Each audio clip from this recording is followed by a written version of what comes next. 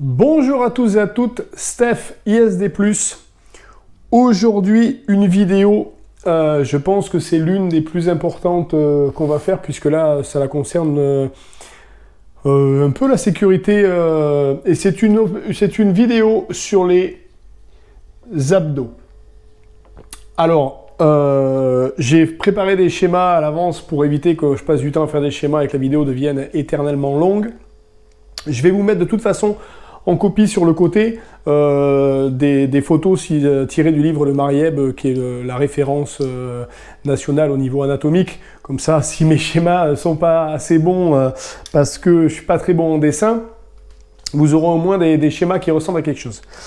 Aujourd'hui, on va parler d'un exercice que tout le monde fait, les abdominaux, et qui peut être très dangereux s'il est mal fait, et 80% du temps dans les salles de sport, on vous donne des abdos dangereux à faire. Alors, pour commencer, il faut comprendre ce qu'est une contraction musculaire. Donc, quand on veut faire des abdominaux, on veut muscler le muscle abdominal. On ne veut pas perdre le gras sur les abdos. C'est pas en faisant des abdos qu'on perd le gras sur les abdos. Perdre le gras sur les abdos, on fait de la diète et on fait du cardio. Mais si on fait des abdominaux, donc c'est pour remuscler la sangle abdominale. Donc, ce qu'il faut faire, il faut contracter ce muscle afin de le faire travailler pour avoir des résultats et qu'il soit plus tonique ou plus volumineux selon ce qu'on veut faire. Une contraction musculaire, c'est tout simplement un muscle, il est attaché à deux endroits, ce qu'on appelle ses points d'insertion. Et quand on rapproche ces deux, quand on le contracte, il faut rapprocher les deux points d'insertion pour faire une contraction musculaire. Un exemple simple, notre biceps qui est attaché ici et ici, si je rapproche ce point de là, qu'est-ce qui se passe? Mon biceps gonfle. Ok? C'est aussi simple que ça. Je peux faire tous les autres mouvements que je veux avec mon bras, rien ne se passe. Le seul mouvement qui fait contracter le biceps, c'est quand je rapproche les deux points d'insertion. Bon, jusque-là, pas de grande difficulté à comprendre.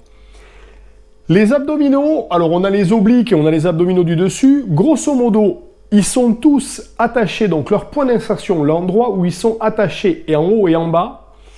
En bas, c'est ce qu'on appelle la symphyse pubienne, ou si vous voulez votre bassin.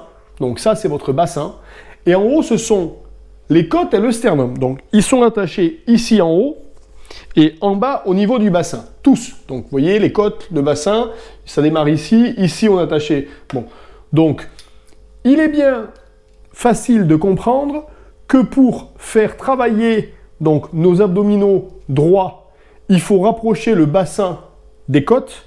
Donc en fait, il faut rapprocher son bassin qui est ici de ses côtes. Donc c'est en faisant ce mouvement-là. On est bien d'accord. C'est le seul mouvement pour le rapprocher. Donc c'est la flexion ici. Remonter le bassin et faire descendre les côtes. Et les obliques, il faut ramener le côté du bassin vers le sternum, ce qui veut dire que ça va être tous les mouvements où on va venir sur le côté, d'un côté ou de l'autre, en rotation. Bon, donc avec la compréhension de ces trois mouvements, on sait faire travailler l'ensemble de notre ensemble abdominal. Donc, rapprochement ici ou rapprochement latéral. Extrêmement facile. Donc, on voit tout le temps à la salle des exercices d'abdominaux où on nous met à plat sur le dos et on nous fait descendre les jambes et les remonter. Et faire des ciseaux, et faire des chiffres, etc. Donc, ça, alors, je vais essayer de le faire en plus grand, mais je pense que vous avez bien compris ce que c'était. Je vais enlever ce qu'il y a autour, donc ça va paraître beaucoup plus clair. Ah, le noir, ça ne va pas très bien, on sait. Alors, notre hanche est faite comme ceci. Je le fais schématiquement. Hein. Ici, on a donc notre sternum avec nos côtes. Donc, vue de coupe, on a nos abdominaux centraux qui sont quelque part ici. On a une partie dessous donc qui reviennent ici vers l'intérieur en nappe et une partie qui sont sur les côtes d'ici qui reviennent ici vers l'intérieur en nappe, nos obliques. Et ici, on a la tête de fémur, que je vais faire en noir. Notre fémur, l'articulation du genou et tibia péroné qui s'en va. Pourquoi, quand je ferai bouger cette tête de fémur dans ma hanche, je ferai jouer un quelque rôle que ce soit sur le rapprochement de ma hanche avec mon sternum? Tu es bien d'accord que quand tu fais ça, ma hanche, quand tu lèves les jambes, ma hanche ne bouge pas et ma jambe bouge à l'intérieur. Donc, je ne fais pas rapprocher les deux autres extrémités. Donc, je ne fais pas contracter l'abdominal. Donc, ce mouvement-là ne fait pas travailler l'abdominal. Et là, vous allez tous me dire, « Ouais, mais Steph, attends, t'es gentil, mais moi, quand je fais ça, j'ai mal aux abdos. » Et oui, t'as mal aux abdos. Effectivement. Et pourquoi as-tu mal aux abdominaux? Tu as mal aux abdominaux pour la raison suivante. Je ne sais pas si tu as déjà vu les boxeurs. J'ai fait de la boxe pendant des années, donc on va profiter de ça. Si tu regardes tous les boxeurs, ils ont des biceps énormes. Ils ont des gros biceps. Alors que la boxe, ce n'est que faire des coups de poing vers l'avant. Donc, ce qui fait l'extension du bras, c'est le triceps, ou des crochets, ce qui serait le pectoral. Donc, pourquoi des gens qui font uniquement des mouvements qui font travailler le pectoral et le triceps ont des gros biceps? Tout simplement parce que si je fais un direct de la main avant, que je donne toute la puissance que j'ai de mon triceps, si mon biceps en fin de course ne vient pas retenir mon bras, je vais me déloger le coude. Ça va casser. Et pour ne pas que ça casse, mon biceps au dernier moment vient se contracter, freine le mouvement et l'arrête pour éviter la blessure. Pareil, et bien là c'est exactement la même chose. En fait, quand tu viens ramener ta jambe vers le bas, comme ton bassin ici, c'est les muscles qui tiennent le fémur, ce bassin-là, il a tendance à vouloir faire une rotation. Quand tu descends ta jambe comme ça, le bassin, il a tendance à vouloir descendre dans le même sens que ta jambe. Et si je fais tourner le bassin ici, et que j'ai ma colonne vertébrale avec, donc on a vu la colonne vertébrale, avec les lombaires, puis mes thoraciques, puis mes cervicales, qu'est-ce que je vais faire si ça remonte vers là? Ici, ça va cambrer.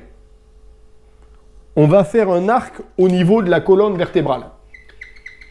Ce qu'on appelle une hyperlordose.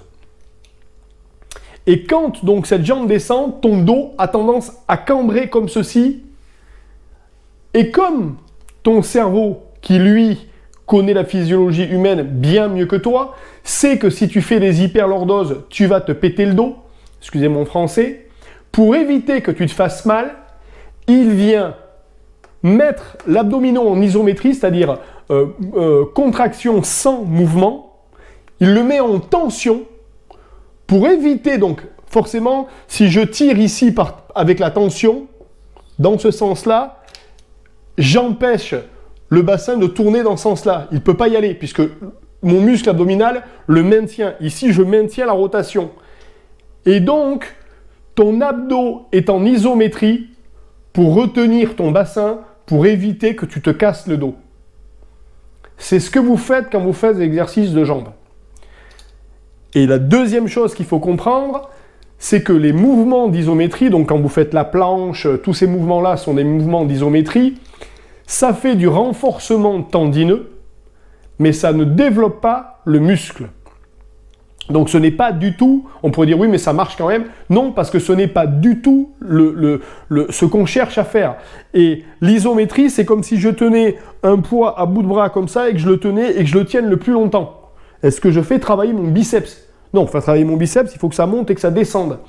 Donc quand vous faites ces mouvements d'abdominaux avec les jambes, non seulement votre corps a une réaction automatique, c'est notre cerveau reptilien qui contracte l'abdominal, mais ne rapproche pas les deux points, donc il n'y a pas de travail même de l'abdominal, il y a un travail en isométrie pour éviter l'hyperlordose du dos. Et d'ailleurs, quand tu fais ces mouvements et que tu descends, il y a de grandes chances que si tu essayes, tu peux passer ta main derrière quand les jambes descendent vers le bas. Notamment chez les femmes, parce que vous avez de façon naturelle une lordose qui est plus développée que celle des garçons, les filles.